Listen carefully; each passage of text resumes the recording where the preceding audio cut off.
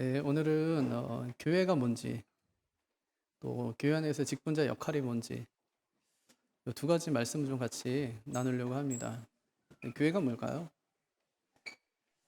아마 아이들에게 교회가 뭐냐고 물으면 뭐 예배하는 곳입니다 하고 대답하겠죠. 네, 친구 만나는 곳이에요 하고 대답할 수도 있어요. 네, 뭐 교회는 예배하는 곳이고 또 친구들 만나는 곳이고 또 우리가 함께 식사도 하고 또 교제도 하고 하는 곳이 이제 교회죠. 아마 시대마다 교파마다 이 교회에 대한 정의가 굉장히 다릅니다. 루터는 교회를 믿는 사람들의 모임이다. 그래서 신자들의 공동체라고 했습니다. 칼빈은요, 칼빈이 되게 중요하게 생각하는 게 예정론이잖아요. 하나님께서 사람을 택하신다. 그래서 택자들의 모임이다. 택함 받는 사람들의 모임이라는 거예요. 택자들의 공동체. 본 회퍼라는 독일의 신학자는 거룩한 사람들의 모임이다. 그래서 성도들의 공동체. 그렇게 정의하기도 했습니다. 제가 이 탕자교회라는 책을 보니까 그 저자가 이렇게 이야기를 해요. 오늘날 서구교회에 두 가지 주된 이념이 교회 사역을 이끌고 있다고 이야기하면서 첫째가 실용주의고 두 번째가 고객 중심주의다. 그렇게 지적했어요. 실용주의. 효과가 있으면 하라는 거예요. 고객 중심주의. 그들이 원하면 하라는 거예요. 미국 윌로우 크릭 교회를 여러분 아실 거예요. 한 5년 전 이때쯤 굉장히 이제 한국 교회도 열린 예배가 들어오기 시작하고 하면서 구도자 예배로 굉장히 유명했던 그런 교회였습니다. 그 교회에 목사님 사무실에 들어가면 이런 표어가 적혀 있대요. 우리의 일은 무엇입니까? 우리의 고객은 누구입니까? 우리의 고객이 가치를 두고 있는 일은 무엇입니까? 성도가 고객으로 둔갑했고요. 교회는 철저히 이 고객을 향해서 서비스하는 곳으로 전락했다는 표현이 맞을까요? 그렇게 된 거예요. 고객이 원하면 우리는 합니다. 고객의 요구가 있으면 우린 합니다. 그래서 그 탕자교회라는 책에서 제란드 윌슨이 이런 교회를 향해서 이렇게 경고합니다. 당신이 교회를 사업체로 여겼다면 다른 교회를 경쟁자로 생각했을 것이다. 그렇다면 당신은 시장과 점유율을 걱정해야 할 것이다. 하지만 헤롯과 바리새인들의 누룩을 거부하기만 하면 당신은 하나님 나라의 누룩을 경험할 수 있을 것이다. 우리 교회를 뭘로 생각하냐는 굉장히 중요합니다. 교회가 누구를 위해 존재하고 무엇을 위해 존재하는가를 분명히 할 때 교회가 존재해야 되는 가치에 대한 이유가 분명히 있을 겁니다. 그러면 성경은 교회를 뭐라고 얘기할까요? 오늘 말씀 보니까 교회를 두 가지로 정의하고 교회의 본질에 대해서 한 가지로 이야기합니다. 교회를 정의할 때 첫 번째는 교회의 머리는 예수 그리스도라는 거예요. 두 번째, 교회는 그리스도의 몸이라는 겁니다. 교회의 본질을 이야기하면서 교회는 예수로 가득한 곳이다. 그렇게 이야기했어요. 그것이 바로 교회다. 그렇게 이야기한 것이죠. 여기에는 어떤 목회자나 아니면 어떤 직분자나 어떤 그들의 요구나 희망사항이 들어있는 것이 아니라 교회는 전적으로 예수님밖에 없는 곳. 그런 곳이 교회임을 우리에게 잘 말해주고 있는 것입니다. 그럼 이런 교회를 만들기 위해서 우리 직분자들이 해야 될 역할이 뭐냐? 그래서 4장에서는 세 가지로 사역의 목표를 우리에게 제시해주고 있는 것을 알 수 있습니다. 그래서 오늘은 교회의 정의부터 먼저 살펴보고 그 다음에 직분자의 역할에 대해서 한번 생각해 보도록 하겠습니다. 먼저 교회의 머리는 예수님이다 그렇게 말씀하시죠. 22절 한번 보십시오. 1장 22절. 또 만물을 그의 발 아래 복종하게 하시고 그를 만물 위에 교회의 머리로 삼으셨느니라. 마케팅 하는 분에게 물었어요. 마케팅이 뭐냐? 그랬더니 마케팅은 영업이다 그렇게 대답했습니다. 마케팅은 영업이다. 마케팅은 머리라는 거예요. 영업은 손과 발로 표현했어요. 그 둘은 같은 거라 이제 이런 얘기죠. 마케팅은 곧 영업하는 겁니다. 또 오늘 말씀해 보니까 그를 만물 위에 교회의 머리로 삼으셨다 그렇게 이야기합니다. 예수님이 뭐냐? 교회의 머리다 그렇게 얘기한 거예요. 여러분 머리가 굉장히 중요하죠. 두 남자가 있었습니다. 한 사람은 교수고요. 다른 한 사람은 외과 의사인데 그의 조수였어요. 둘이 뭘 연구하냐면 육체가 만약에 사지가 절단됐을 때 아니면 머리가 절단됐을 때 이건 죽고 마는데 썩고 마는데 어떻게 하면 이것을 여기에다가 생명을 계속해서 불어넣어서 연장시킬 수 있을까? 이걸 연구한 사람들이에요. 사지가 절단된다 할지라도 목이 절단된다 할지라도 어떻게 몸을 살리고 머리를 살릴 수 있을 것인가? 이걸 연구한 사람들입니다. 어느 날 이 조수가 사고를 가정해서 교수를 죽인 다음에 연구를 위해서 그의 머리만 다시 살려놨습니다. 그리고 실험이 계속되는 거예요. 그가 젊은 여성의 머리에 다른 사람의 몸을 붙였습니다. 몸의 주인이 누구냐면 머리만 남아 살아있는 교수의 아들의 여자친구였어요. 모르는 여자의 그 머리와 자기가 가르침을 받았던 그 교수님, 머리만 살아있는 교수님의 아들의 여자친구의 몸을 갖다 붙인 거예요. 이 모든 비밀을 지켜본 이 교수의 머리가 어느 날 자신을 찾아온 사람에게 이 사실을 폭로합니다. 그리고 그 조수는 죄책감을 이기지 못해서 결국 목숨을 끊었다는 얘기예요. 이게 뭐 사실 있었다는 얘기가 SF 공상과학 소설에 나온 얘기예요. 예. 러시아의 알렉산더 베리아프가 쓴 도웰 교수의 머리라는 책의 줄거리예요. 이런 내용입니다. 근데 실제로요, 이 책의 내용이 지금도 많은 사람들의 연구자들에 의해서 계속 연구되고 있습니다. 많은 의학자들이 연구하는 것이 전신마비 환자의 머리와 뇌사자의 몸을 어떻게 연결시켜서 한 몸을 이루게 할 것인가 하는 연구를 지금 계속하고 있습니다. 만약 그것이 성공한다면 그 몸은 누구의 몸이 될까요? 머리가 몸을 얻게 되는 것일까요? 아니면 몸이 머리를 얻게 되는 것일까요? 우리 몸에서 머리는 참 중요합니다. 우리 몸에 가장 중요한 것들이 전부 머리에 다 위치해 있습니다. 생각하고 듣고 말하는 것. 그 전부 머리에 다 연결되어 있습니다. 다른 장기는 다 이식해도 머리만큼은 이식할 수가 없습니다.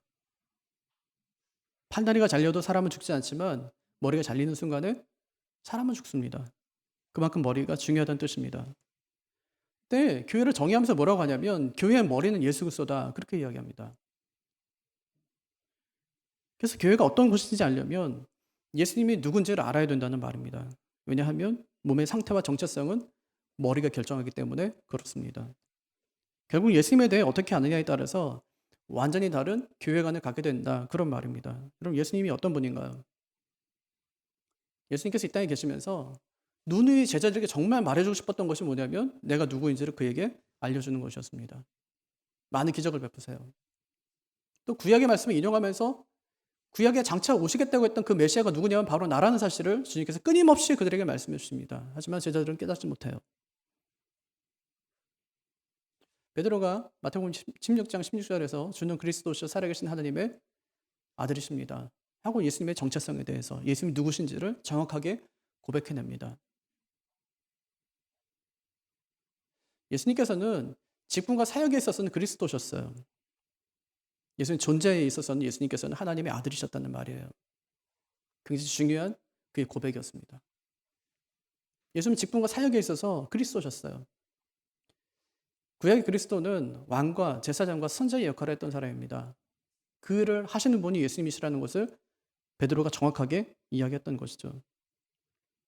예수님이 그 일을 했다면 교회는 무슨 일을 해야 될까요? 예수님은 머리예요. 교회는 몸이에요. 예수님은 그 삼중직을 감당하기 위해서 이 땅에 오셨고 그 삼중직을 감당하셨고 지금도 감당하고 계세요. 그의 몸은요. 주님께서 그 일을 하고 계신다면 그의 몸은 어떻게 해야 될까요? 예수님은 그의 존재 자체가 하나님의 아들이라면 교회는 누굴까요?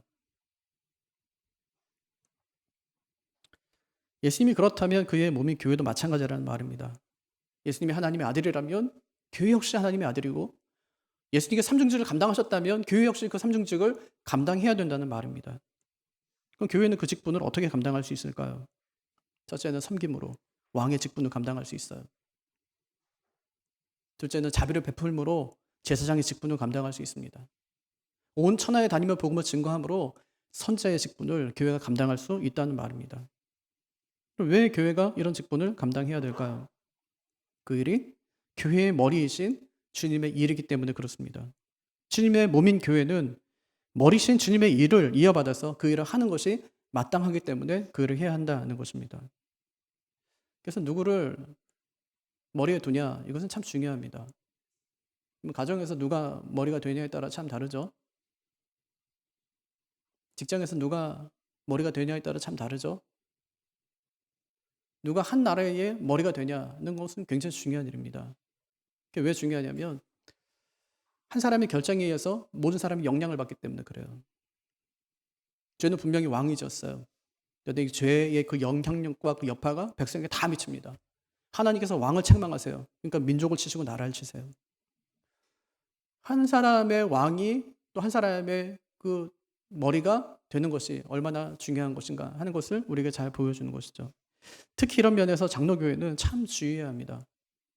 어떤 교파도요, 직분명을 교파명으로 삼는 곳은 없어요.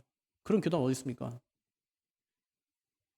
감리교회는 감독 정치하는데 감독교회 이렇게 부르진 않거든요. 집사교회, 권사교회 이런 데는 없어요. 근데 우리는 장로교회. 장로의 직무가 그만큼 중요하기 때문에 장로교회라고 이름을 붙여서 그 안에 우리가 모여서 함께 신앙생활을 하는 겁니다. 일대의 중요한 것은 뭘까요? 장로의 직분을 맡은 자들이 교회의 머리가 되지 않는 거예요. 장로의 직분을 맡은 분들이 교회의 머리가 누구신지를 분명히 아는 것입니다. 교회의 머리는 장로가 아니에요. 장로 두 가지거든요. 하나는 가르치는 장로인 목사. 또 하나는 치리하는 장로인 장로. 역할이 굉장히 중요하지만 이들이 교회의 머리가 된다면, 그래서 마음대로 전횡을 일삼는다면 교회는 아마 산으로 갈 거예요. 엉뚱한 곳으로 가게 될 겁니다. 실제로 교회에 아주 큰 문제가 발생할 때를 보면 목사와 장로 때문에 일어나는 일들이에요. 어느 교회 집사님이 사고 쳐가지고 교회가 둘로 갈라졌어. 그런 건 없어요. 그렇죠? 아니 어느 교회 새 신자가 왔는데 교회가 둘로 갈라졌어. 이런 일은 없어요. 그 교회 목사가요. 그 교회 장로가요. 참 중요하지만 위험하다는 말입니다. 그래서 교회를 정의할 때 제일 처음에 뭐라고 하냐면 교회의 머리는 예수 그리스도다. 굉장히 중요합니다. 우리가 머리가 아니에요. 교회의 머리는 그리스도다 하는 것이 굉장히 중요함을 선언적으로 지금 이야기하고 있는 것입니다. 둘째는 교회는 주님의 몸이다 그렇게 이야기하죠. 23절 보세요. 교회는 그의 몸이니 만물 안에서 만물을 충만하게 하신 이의 충만함이니라. 둘로 나눌 수 있겠어요. 교회는 그의 몸이니 정의예요. 두 번째 정의, 교회는 그의 몸이다. 첫 번째 뭐라고 그랬어요? 교회의 머리는 그리스도다. 두 번째는요, 교회는 그의 몸이다. 두 번째는요, 여기 보니까 만물 안에서 만물을 충만하게 하신 이의 충만함이니라. 그렇게 이야기하는데 이것은 교회의 본질이에요. 교회의 본질. 교회의 본질은 뭐냐? 만물을 충만하게 하시는 이의 충만함. 그것이 교회의 본질이다. 어렵죠? 만물을 충만하게 하시는 이의 충만함. 성경을 왜 이렇게 어렵게 쓰는지 모르겠어요. 저도 이해가 안 돼요. 왜 성경을 이렇게 굳이 어렵게 쓸까? 예수님이 어디 계십니까? 만물 안에 계세요. 그것을 우리는 그리스도의 편재라고 이야기하죠. 안 계신 곳이 없어요. 내 마음에도 계시고 여러분 마음에도 계시고 할머니 마음에도 계시고 다 있어요. 예, 한국에도 있고 미국에도 있고 우주에도 있고 세상 끝에도 예수님 다 계세요. 어디에나 계세요. 이게 만물 안에라는 뜻이에요. 만물 안에서 뭐 하시냐면 만물을 충만케 하세요. 충만케 하신다는 뭐냐면 거기서 고쳐야 될 것은 고치고 또 거기서 채워야 될 것은 채우고 그런 일을 주님께서 하신다는 말이에요. 지금도 주님께서 살아서 역사하시면서 세상의 역사를 운행해 가지고 계신 분 여러분 믿으시죠? 그게 이제 충만케 하신 그 충만함이에요. 그분이 어디에도 계신다는 말이냐면 그분이 교회 안에도 그렇게 동일하게 계신다는 말이에요. 교회의 본질은 뭐냐? 예수님으로 가득한 거예요. 예수님으로 가득한 거. 그게 교회의 본질이에요. 교회는 누구로 가득하냐? 성도로 가득하냐? 돈으로 가득하냐? 말로 가득하냐? 생각으로 가득하냐? 아니요. 예수님으로 가득한 것. 그것이 교회의 본질이다. 그렇게 이제 이야기하고 있는 것입니다. 여러분 이건 제 몸이죠. 그죠? 이건 누구 거예요? 제 거죠.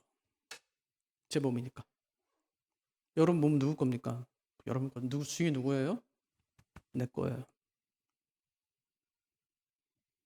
누구의 명령에 따라 내가 움직이죠? 적어도 내 생각대로예요. 예, 내 생각대로, 내 신념대로. 근데 교회 머리는 누구라고 그러는 거예요? 예수 그리스도. 교회 머리가 예수 그리스도예요. 교회는 그리스도의 몸이에요. 누구 거죠? 예수님 거. 이게 예수님으로 가득한 거예요. 예수님 건 거예요, 그냥. 내 거 아니라 예수님 거. 예수님으로 가득한 것. 예수님 뿐인 그런 교회. 그것이 이제 교회의 본질이다. 그렇게 이제 이야기하고 있는 것이죠. 그래서 교회가 가장 교회다울 때가 언제냐. 조직이 튼튼하고, 뭐 행정이 꼼꼼하고, 재정이 빵빵하고, 사람들이 그냥 바글바글하고, 그럴 때 교회가 교회다울 때가 아니라, 교회 본질에 맞게 교회가 예수로 가득할 때, 그때가 교회가 가장 아름다울 때이다. 그렇게 말하는 것입니다. 여러분, 우리 교회가 어떤 교회 되어야 될까요? 예수로 가득한 교회. 예수뿐인 교회.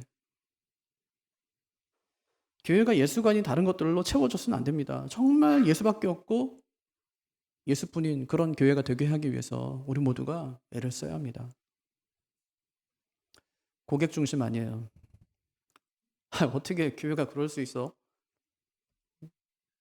어떻게? 아니, 한 사람이 왔으면은 뭐 잘해줘서 잡아야지. 그럴 수 있죠. 그러고 싶어요. 하지만 교회 중심은 누구냐면 그리스도예요. 예수님. 예수님이 중심이에요. 그것밖에 없어요. 예수뿐인 것밖에 없다고요. 예수로 가득하다는 말은 여러분 뭐가 가득하다는 말일까요? 첫 번째는 말씀이 가득한 거예요. 그분의 말씀이 가득한 거예요. 성도들은 뭘로 채워야 되죠? 마음을 하나님의 말씀으로, 예수님 말씀으로 가득 채워놔야 돼요. 그게 예수뿐인 교회예요. 예수로 가득한 교회의 첫 번째 특징이에요. 두 번째는 예수님이 향기로 가득한 교회예요. 우리를 본 사람들이 주님을 보았다 그렇게 고백할 수 있도록 이 주님의 향기로 가득한 교회, 그런 교회가 되어야 됩니다. 이게 두 번째예요. 예수님의 향기로 가득한 교회. 세 번째는 예수님이 하신 일을 그대로 하는 교회예요. 예수님이 하신 일을 그대로 하는 교회. 예수님 뭐 했다고 그랬어요, 아까? 예수님은 삼중직, 제사장의 일, 선지자의 일, 왕의 일을 하셨다고 그랬잖아요. 그럼 우리는 뭐 해야 될까요? 역시 우리도 똑같이 그 일을 감당하는 거예요. 섬김으로 왕의 일을 하고, 자비를 베품으로 제사장의 일을 하고, 복음을 전함으로 선지자의 일을 하는 그런 교회가 되어야 된다는 것을 말씀해 주고 있는 것이죠. 이런 교회가 교회다운 교회이고 예수님의 진정한 몸이다 그렇게 이야기한 것이죠. 그럼 이 일을 누가 해야 될까요? 오늘 에베소 4장에 보니까 직분자들이 그 일을 해야 된다 이제 그렇게 이야기합니다. 에베소는 두 개로 나눌 수 있거든요. 1장부터 3장까지는 소명이에요. 소명 하나님이 부르셨다 그거잖아요. 불렀어요. 왜 불렀을까요? 4장부터 6장까지 뭐 때문에? 사역 때문이에요. 직분을 주셔서 사역을 맡기시는 거예요. 그럼 직분자들이 교회에서 해야 될 일은 뭘까요? 4장 한번 보십시오. 11절과 12절. 제가 읽어볼게요. 그가 어떤 사람은 사도로, 어떤 사람은 선지자로, 어떤 사람은 복음 전하는 자로, 어떤 사람은 목사와 교사로 삼으셨으니, 여기서 목사와 교사는 목사인 교사예요. 두 사람처럼 보이지만 한 사람이에요. 여기 두 개로 나눈다고 해도 여기서 뒤에 나오는 교사는 누구냐면 신학교 선생님들이에요. 교수님들. 교회 선생들. 그러니까 이거는 통상적으로 그냥 우리가 편하게 그냥 편리하게 이건 목회자구나 하고 생각하시면 될 것 같아요. 그들을 삼으셨어요. 직분자로 삼으셨어요. 왜 그랬느냐? 이는 성도를 온전하게 하여 봉사의 일을 하게 하며 그리스도의 몸을 세우려 하심이라. 예전에 우리가 먼저 봤던 성경 있죠? 한 10수년 전에 봤던 개역 한글판 성경에 보면 성도를 온전케 하며 이렇게 돼 있어요. 근데 지금 갖고 있는 성경은요. 성도를 온전하게 하여 이렇게 돼 있어요. 차이가 있네요. 하나는 며 이렇게 돼 있고 하나는 여 이렇게 돼 있네요. 무슨 큰 차이가 있을까요? 엄청나게 큰 차이가 있어요. 며라는 말은 동작이 계속 이어지는 상태죠. 무엇을 하고 무엇을 하며 무엇을 했고 계속 이어지는 상태를 말하는 거예요. 그러니까 이렇게 해석하면 주님이 목회자를 세워 성도를 온전하게 하는 일과 봉사하게 하는 일을 하게 한다 이런 뜻이 되는 거예요. 어디에 초점이 맞춰져 있는 거죠? 목회자의 직무에 초점이 맞춰져 있는 거예요. 목회자 직무가 뭐냐? 성도 온전하게 하는 거다. 봉사 일을 하게 하는 거다. 이렇게 해요. 근데 만약에 이것을 여로 해석하면 어떻게 될까요? 그럼 전혀 다른 뜻이 돼요. 11절과 12절 다시 보세요. 그가 여기서 말하는 그는 누굴까요? 예수님이에요. 그가 어떤 사람을 사도로, 어떤 사람은 선지자로, 어떤 사람은 복음 전하는 자로, 어떤 사람은 목사와 교사로 삼으셨으니, 네, 목회자를 부른 거예요 지금. 그에게 직무를 맡기세요. 그 직무가 뭐냐면 이는 성도를 온전하게 하여, 이게 목회자의 직무예요. 그래서 성도로 하여금 어떻게 하겠다는 거예요? 어떻게 하게 하겠다는 거예요? 봉사의 일을 하게 하며 그리스도의 몸을 세우려 하심이라. 뭐가 구분되죠? 직무가 구분되는 거예요. 목회자의 직무하고 또 직분을 받은 성도들의 직무가 구분되고 있음을 알 수 있는 것입니다. 그러니까 묘와 여의 차를 분명히 아시겠죠? 묘라는 말은 그냥 목회자의 직무에 강조가 있다면, 근데 여라고 이제 해석하게 되면 목회자의 직무와 우리 성도들의 직무가 구분되고 있다는 것을 알 수 있습니다. 그것이 이제 직분을 받은 사람들이 앞으로 이루어가야 되는 사역의 목표라는 것을 이제 잘 보여주는 것이죠. 그 목표가 뭘까요? 13절이에요. 우리가 다 하나님의 아들을 믿는 것과 아는 일에 하나가 되어 온전한 사람을 이루어 그리스도의 장성한 분량이 충만한 데까지 이르리니. 첫 번째 우리가 이루어야 되는 사역의 목표가 뭘까요? 하나님의 아들을 믿는 믿음과 지식의 하나됨에 이르는 거예요. 하나님을 믿는 지식과 그 믿음, 그것에 하나가 되게 하는 것. 이것이 누가 해야 되는 일이냐면 직분자들이 해야 되는 첫 번째 사역의 목표다. 그를 얘기를 하는 겁니다. 여러분 뭐 이미 우리 다 예수 믿지 않아요? 예수님이 누군지 모르는 사람이 어디 있습니까? 다 예수님이 누군지 알죠. 하지만 계속해서 더 알아가야 된다는 말입니다. 온전히 더 계속해서 믿어가야 된다는 말이에요. 이건 어떤 특정한 사람만이 아니라 우리 모두가 그래야 된다는 말입니다. 예수님을 바르게 알고 예수님을 바르게 믿는 것은 참 중요해요. 우리 교단의 어떤 교회가, 저도 이제 그 교회 홈페이지 들어가서 그때 봤는데 누구 얘기를 들어서 그게 위험하다고 그래서 봤어요. 그랬더니 축사학교를 해요. 축사는 이제 귀신 내쫓는 거거든요. 근데 그걸 해요. 예배 시간에도 종종 막 축사하더라고요. 그래서 어디 아프다 그러면 막 가서 이제 나오라고 귀신 들렸다면서 이렇게 하고. 예. 축사학교를 운영해요. 영서를 써요. 영서. 그리고 영서 쓰시는 거 봤나요? 써요. 막 무슨 얘기인지 하나도 모르는데 그냥 막 동그라미 막 그려가면서 막 이렇게 막 쓰는 거 있어요. 막 영서를 써요. 영화도 그래요. 영화.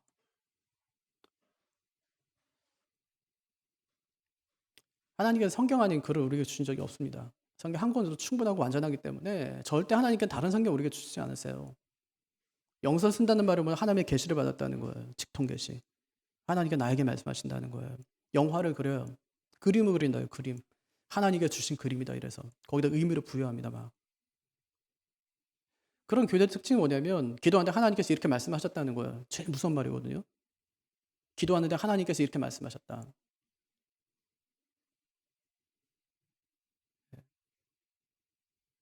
그래서 총회에서 권면했어요. 그러지 마라. 교회를 나가버렸어요. 교단을 나가버렸어요. 웃기고 있네 이러면서. 아무것도 모르는 것들이. 교회의 하나됨은 교단이나 신학교의 하나됨에서 나오는 것이 아닙니다. 물론 어디서 나오냐면 예수님에 대한 지식과 믿음의 일치로 그것이 나오는 것입니다. 그래서 교회는 바른 복음을 전하고 바른 말씀을 잘 가르쳐서 성도들이 예수님에 대한 바른 지식과 바른 믿음을 갖게 하는 것이 굉장히 중요하다는 말이에요. 그 역할을 누가 해야 되냐? 직분자들이 그 역할을 해야 돼요. 바른 믿음과 바른 지식의 하나가 될 수 있도록. 그게 첫 번째 역할이에요. 두 번째는 모든 성도가 온전한 사람에 도달하는 것입니다. 여기서 온전하다는 말은요, 텔레오스라는 말인데 흔들림 없는 이런 뜻이에요. 흔들림 없는. 에베소 교회는 에베소 교회뿐 아니라 초대교회는 계속 위협이 있었어요. 누구 위협이냐면 이 거짓 교사들의 위협, 이단 사상들에 대한 위협. 그러니까 대표적인 게 영지주의 같은 거예요. 영적인 것은 고결하고 육체적인 건 저급하다고 생각했던 거죠. 그러니까 하나님은 고결해요. 하나님 믿는 건 상관없어요. 예수님 믿으면 안 돼요. 왜? 예수님 인간의 몸을 입었기 때문에. 예수님이 하나님의 아들, 오케이, 그건 괜찮아. 거기서만 있었으면 얼마든지 예수님 믿어도 된다는 거예요. 하지만 예수님께 인간의 몸을 입었잖아요. 인간의 몸을 입는 순간에 예수님은 저급한 신이 된 거예요. 그 신을 믿고 전한다는 것은 어리석은 거죠. 전도를 그래서 미련한 것으로 보는 거예요. 미련한 놈들. 전도에 미련한 것을 우리가 어떻게 해보려고 하는 미련한 놈들이. 이것이 교회 밖에 있었던 사람들의 문제가 아니라 교회 안에 있었던 사람들이 있었어요. 그렇게 교회 안에서 예수님의 신성을 부인하는 자들이 그 안에 있었다고, 교회 안에. 두 번째, 직분자들이 할 역할이 뭐냐? 절대로 그들의 이단적인 사상에 흔들리지 않도록 교인들이 바른 믿음과 바른 지식을 가질 수 있도록 꽉 하나가 돼서 붙잡아 줄 수 있는 거. 누가 해야 되냐면 그 직분자들이 해야 되는 두 번째 역할이다. 그렇게 이야기하는 거예요. 성도를 온전케 하는 것. 절대 어떤 말에도 흔들리지 않게 하는 것, 굉장히 중요하다고 말하는 것이죠. 교회마다 신천지가 막 들어왔어요. 괴롭혔죠. 어떤 교회는 뭐 3,000명씩 5,000명씩 모이는 교회인데 신천지 와서 30명 들어오니까 교회가 막 흔들려요. 왜 흔들리는지 아세요? 3,000명이 이건 내일이 아니다 하고 그냥 예배 끝나면 집에 가기 때문이에요. 이단들은 그렇게 안 하거든요. 지금 인터컴이 굉장히 문제가 많죠. 인터컴이 많으면 여러분 교회에 만약 10명만 있으면 교회는 굉장히 시끄러워지고 힘들어져요. 왜 그러냐면 교회 안에 교회를 만들기 때문에. 여기서 예배 드리고 자기들 예배 또 들어갑니다. 그 뭐 하냐면 계속 교회 안에 있는 사람들이 그쪽으로 다 끌고 가는 거예요. 계속. 그러니까 우리 교단에서 이단 대책 연구소에 있는 소장님이 하는 말씀이 뭐냐면 신천지하고 똑같다는 거예요. 하는 게. 아니, 전도하려면 밖에 나가 전도해야 되는데 교회 안에 들어와서 전도를 하는 거예요. 굉장히 교회를 힘들게 해요.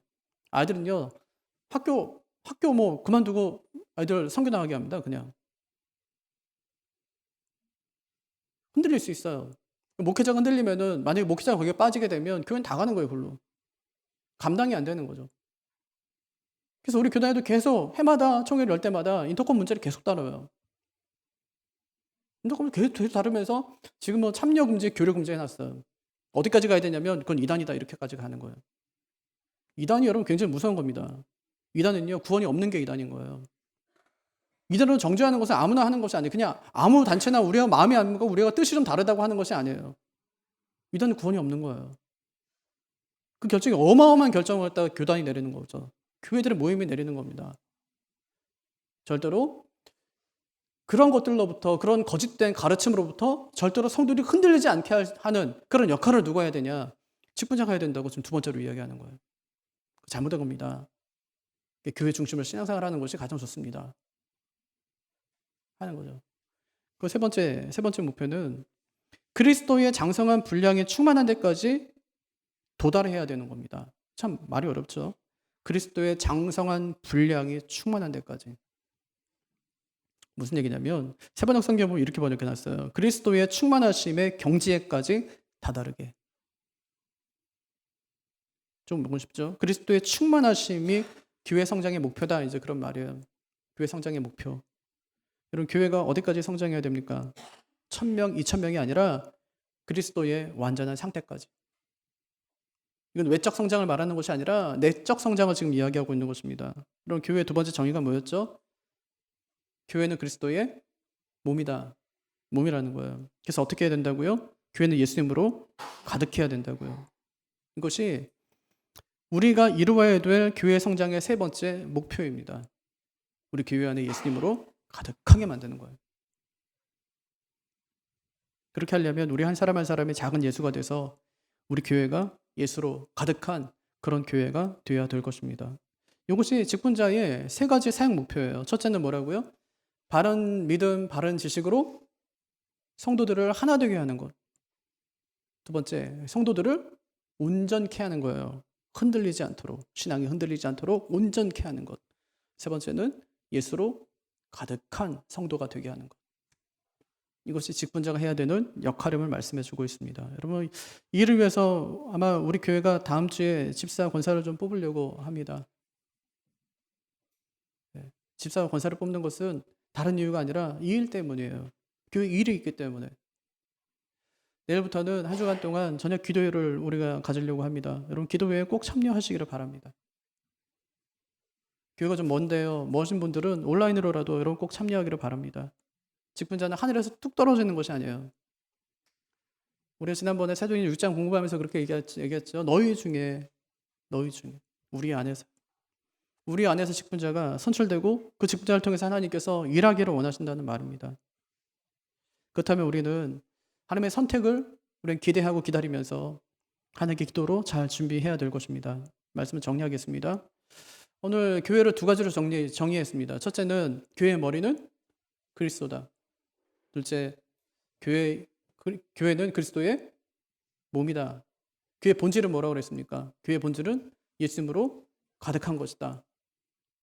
예수님으로 가득한 교회가 되게 하려면 사역자는 세 가지 사역의 목표를 가지고 있어야 된다. 직분자는 세 가지 사역의 목표를 가지고 있어야 된다. 첫 번째는 바른 믿음과 바른 지식으로 하나 되게 하고, 또 온전한 이 성도가 되게 하고, 세 번째는 예수로 가득한 그런 성도가 되게 해야 된다. 그렇게 말씀드렸습니다. 우리 교회가 이 교회의 정의와 본질에 충실하고 우리 교회 직분자들이 사역의 목표를 분명히 해서 예수님으로 가득한 그런 교회를 만들어가는 우리 모두가 되기를 주님의 이름으로 축복합니다.